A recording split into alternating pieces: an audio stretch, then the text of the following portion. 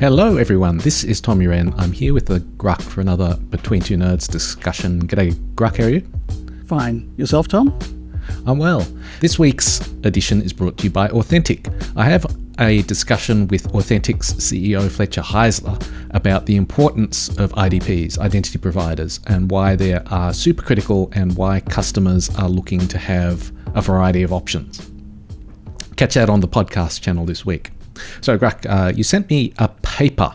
Yeah. And the title of the paper is Narrow Windows of Opportunity, the Limited Utility of Cyber Operations in War.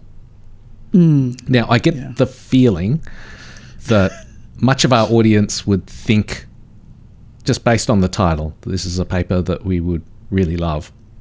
And now, to be clear, I haven't actually read it, so there's that disclaimer. But I almost immediately had an instinctive rejection of the title. And I think it's because of the way the title just frames the situation. And it seems that a lot of time, the people who talk about cyber operations in war are, well, naturally enough, military people, but they sort of start out with this funnel where they look at narrower and narrower aspects, and of course they end up in a place where it's not very useful. Yeah, so I think that captures the basic problem, is that even just for the military, I think cyber is not useful in the way that they want it to be useful. Right? They're looking for some sort of like nuclear type capability, even though they're looking for cyber fires, right? go with other sorts of fires. So that's the term of art for. Right. So they're going to look at it and they're going to be like, we're going to like find, fix, and finish, and we want to do that with cyber. So like we get eyes on target, we figure out what they are, and then we use cyber fires to destroy that target, and then we can move on. And that makes no sense, generally speaking, with what cyber is really good at. Like, it's just... Yeah. Once upon a time, I wrote a paper for the Global Commission on Cyber Stability, defining offensive cyber, and it was based on Doctrine, the available doctrine at the time, which was mostly US military doctrine. Australia had produced some things as well. And the definition I came up with was offensive cyber is operations that destroy, disrupt, degrade, deny. And that is an extremely military relevant definition, but also a very narrow one. And the more I think about it, the more I think that definition is just missing the point entirely of what cyber operations are actually good for. Yeah, so I think it's not out of the question that cyber can do the 5 Ds. I wouldn't say that's well, it clearly can. Right, you can do those things. That's great, but that's not the real. That's not the strength. That's not the benefit. Which of those 5 Ds is China's 2 decades of IP theft? None of them. But in terms of overall impact to geopolitical strengths and the fate of nations, obviously the IP theft was much more impactful overall. So we actually spoke about, and it was an episode called The Fate of Nations, where we spoke about whether cyber could have strategic effects. BTN 117. And if I remember correctly, that was one example. The long-term drip, drip, drip of intellectual property theft. And I think the example you liked was Russian propaganda, information operations shaping debate in America. Yeah, very much so. And I think, so in the year 1999 and 2000, there's this resolution going through the UN about whether we should limit the use of offensive cyber, which is not what they called it, but that's what they meant. Should we have a thing in place to stop the use of cyber attacks against other nations? Should we ban it? Some sort of treaty, whatever. And the US was against it because they were so far ahead of everyone else in terms of their cyber capabilities that they didn't want to sort of hobble themselves. But what's very interesting is that in this debate, all of these countries were putting forward what they meant by offensive cyber. And the Russians put forward their ideas, and their ideas were things like break the social cohesion of society's fabric. Right. Yep. Interfere with the moral and psychological, aspects of society. Disrupt the spiritual cohesion.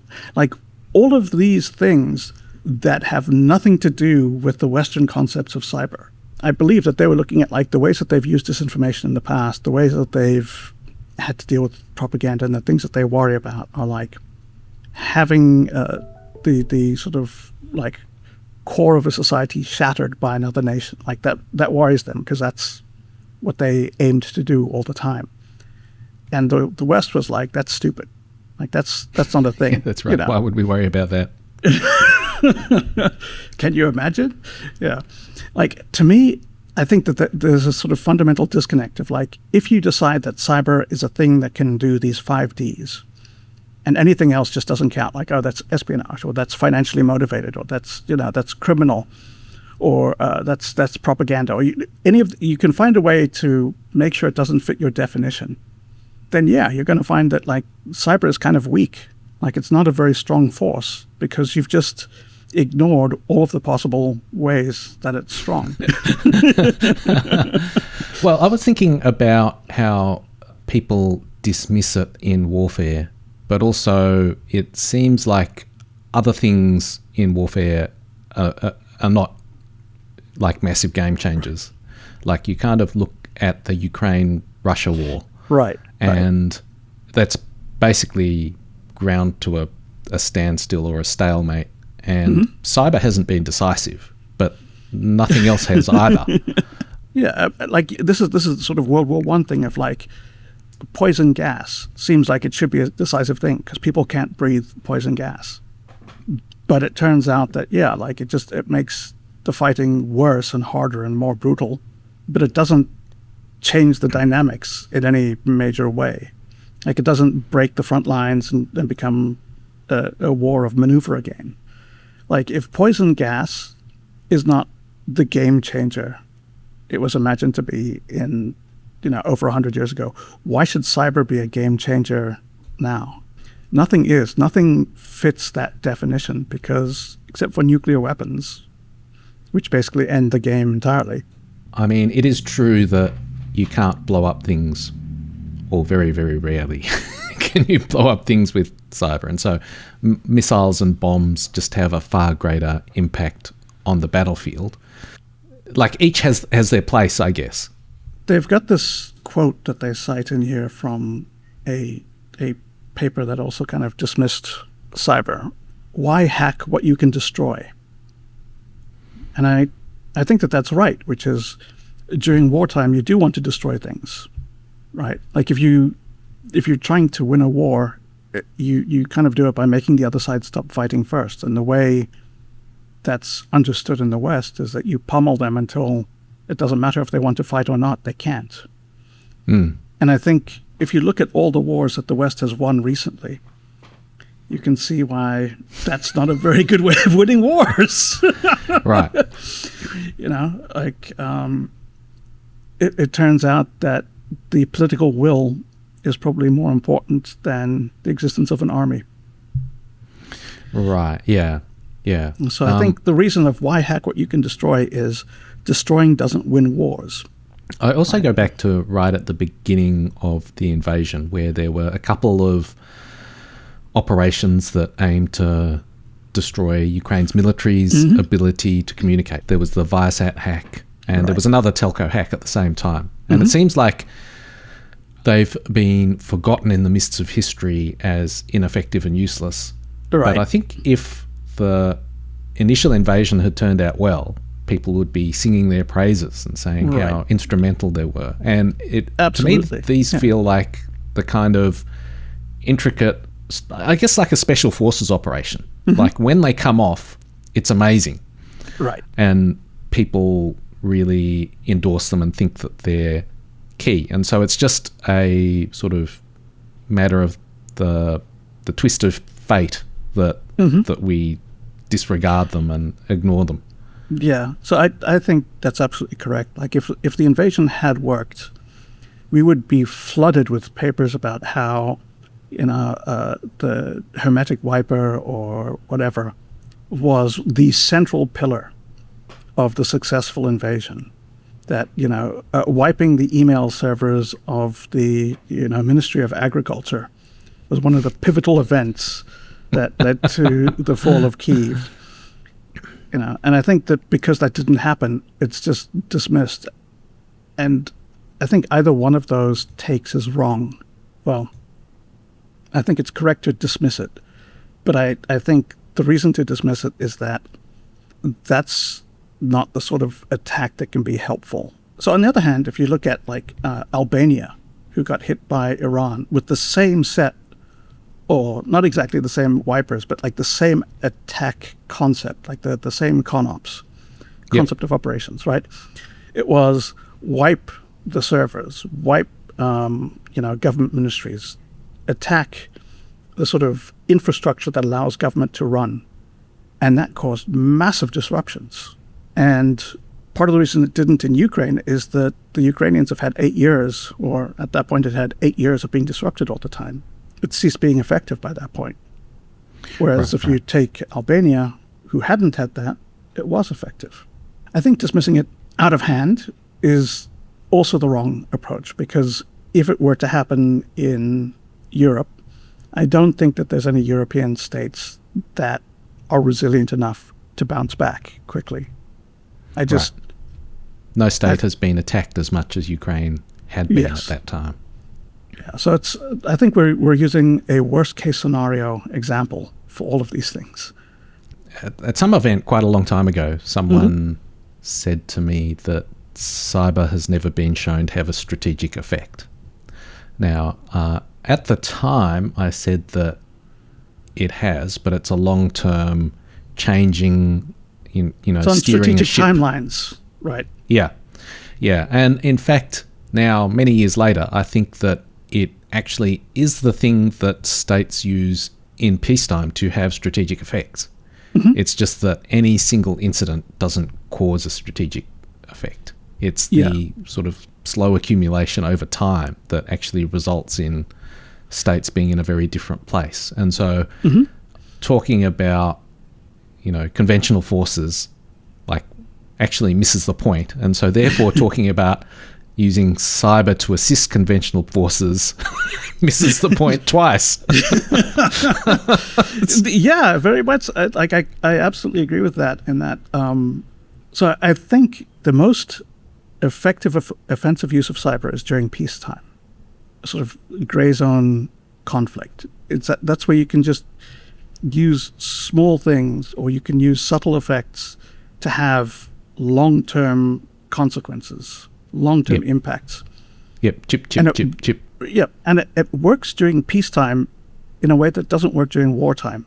You can psychologically influence people during peacetime in a way that you can't during wartime, because during wartime they hate you for killing their father, or forcing your family out of their home, and blowing up the car, or killing the bear. Like all of these things, you hate that group of people, so you're not going to listen to their propaganda. You're not going to anything that they put forward is not going to be accepted. Anything that puts them in a good light is going to be rejected.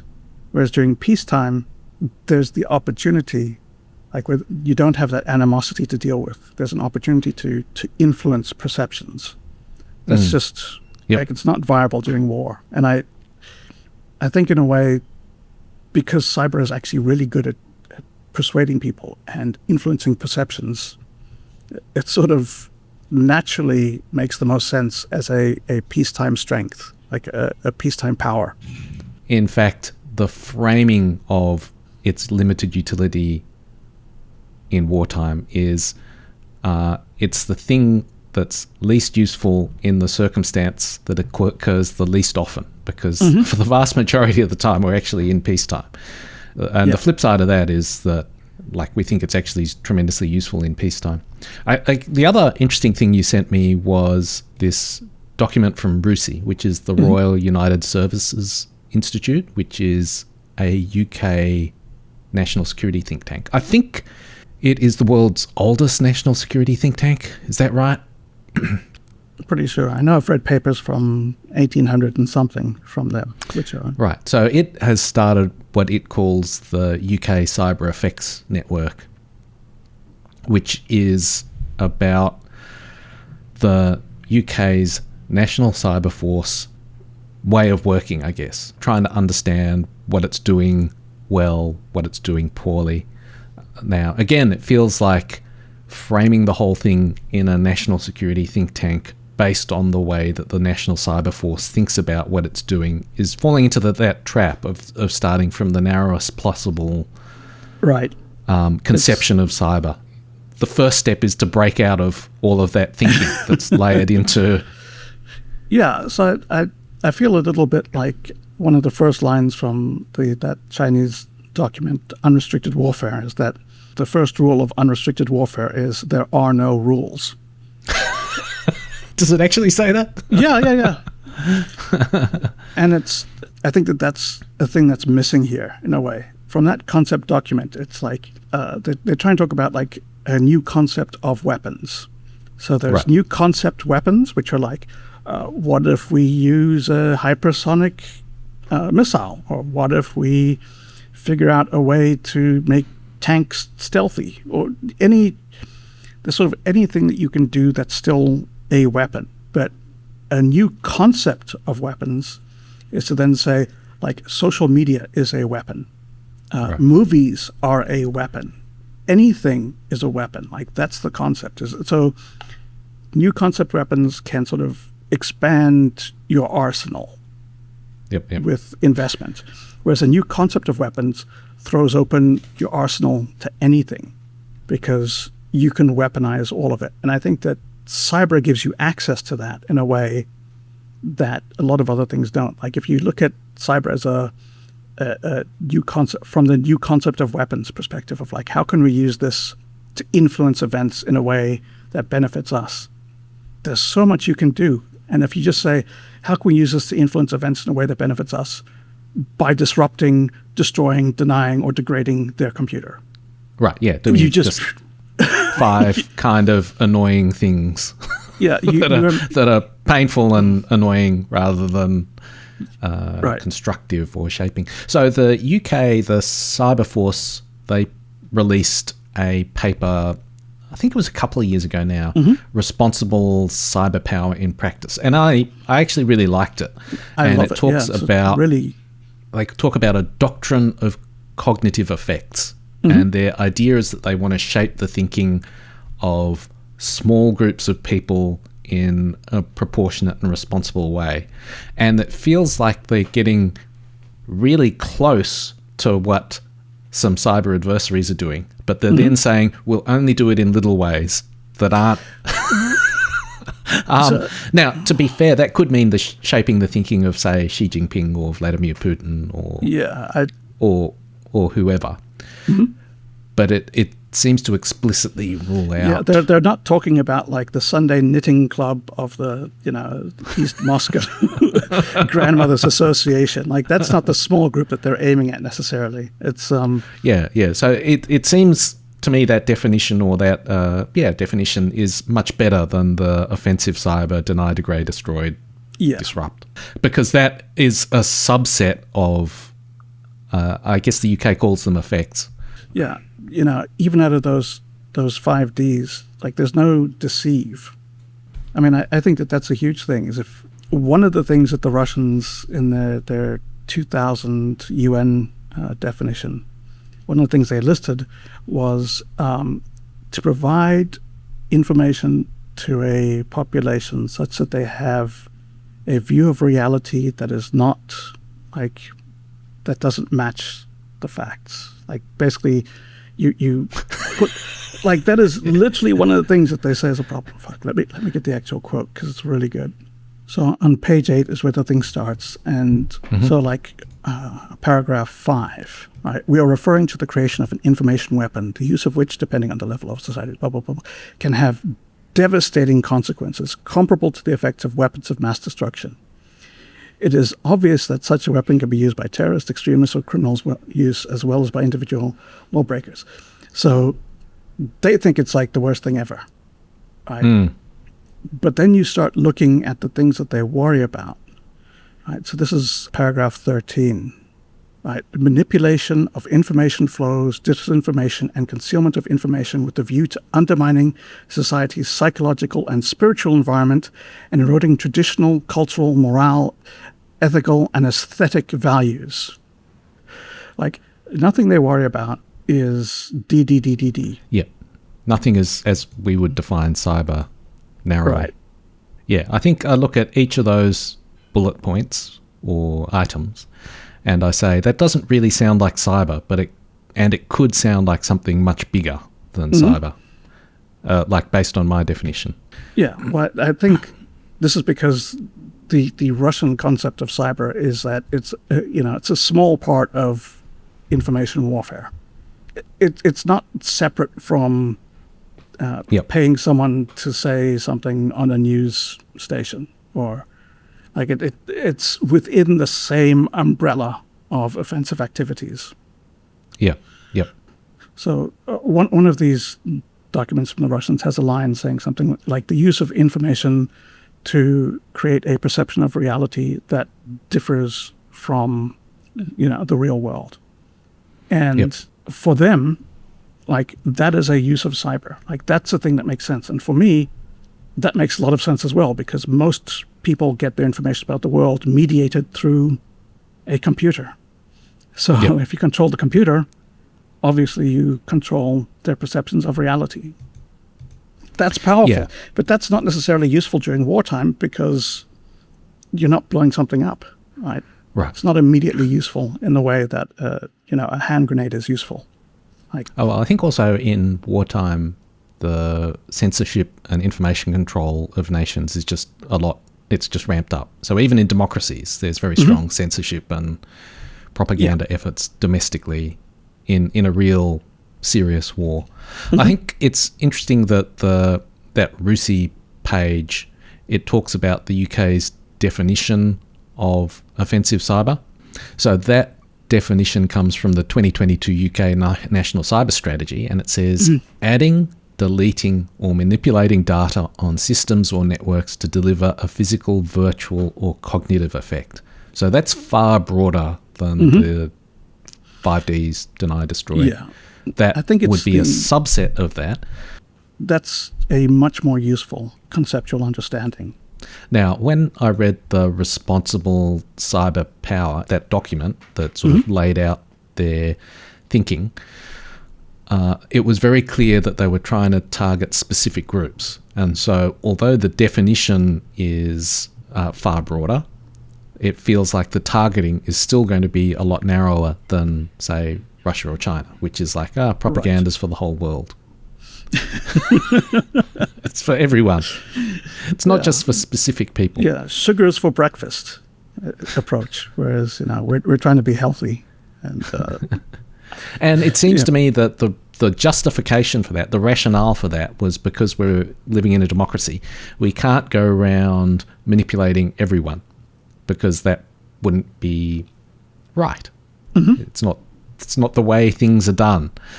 And so it doesn't feel to me that this is something that the UK is planning to do anytime soon, engaging in a broader shaping campaign around the world. Right. But I think we'd be wrong to dismiss entirely that they wouldn't target shaping the minds of a leader and his immediate advisors. Right. That would have the same impact potentially as shaping the entire population of a country. Right. Yep. And it might be easier as well because you're much more focused on a small group, so you can have an outsized effect quickly. But just going back to this paper that started this, they have this model of how they understand the use of cyber during wartime. I think it's the TECI model, TECI. these stands for target, effects, complexity, and integration. So the target can be one of critical infrastructure, the government, the media, or other, which I guess would be everything. Yep. Then there's the effect, which is a high, medium, low, or no effect. Mm-hmm. And these are physical destruction, destruction of data, disruption or exfiltration of data, which I don't think those are the same thing. And then there's absence of effects, which, okay. Then there's the complexity, which is a high, medium, low. So if it uses novel malware, it's high complexity. Whereas if it uses known malware, it's medium complexity. And DDoS and simple brute forcing are low complexity. Right.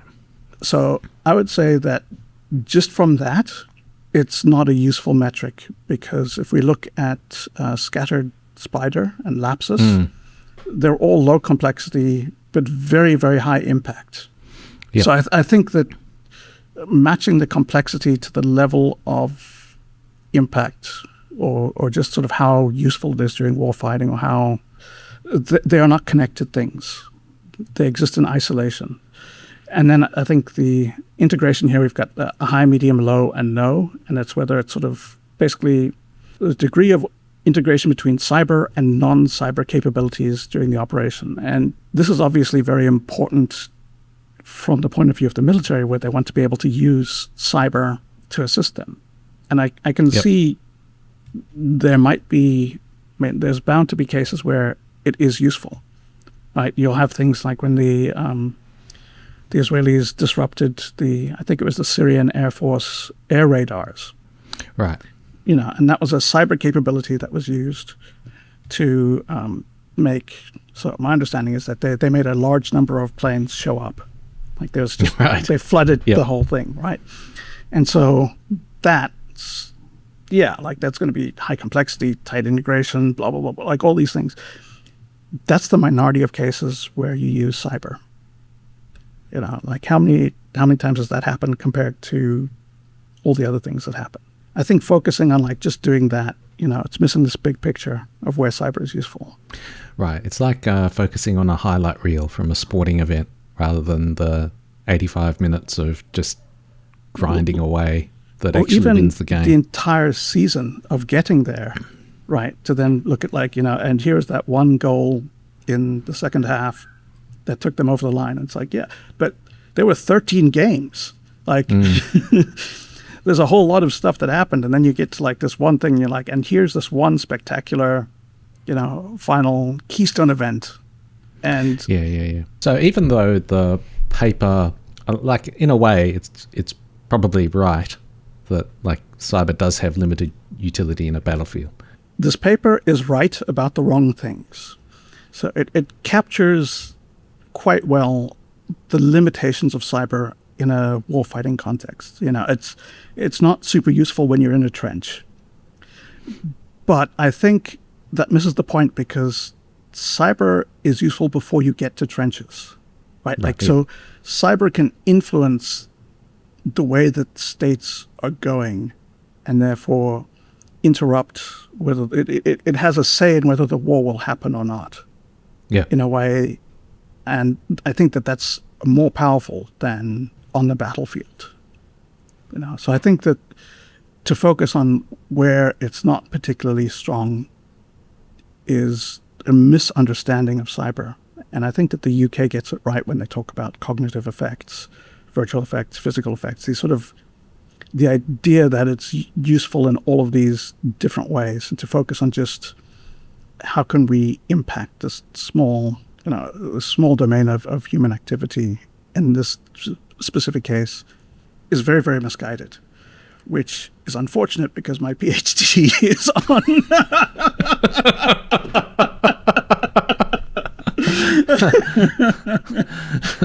the use of cyber during wartime. So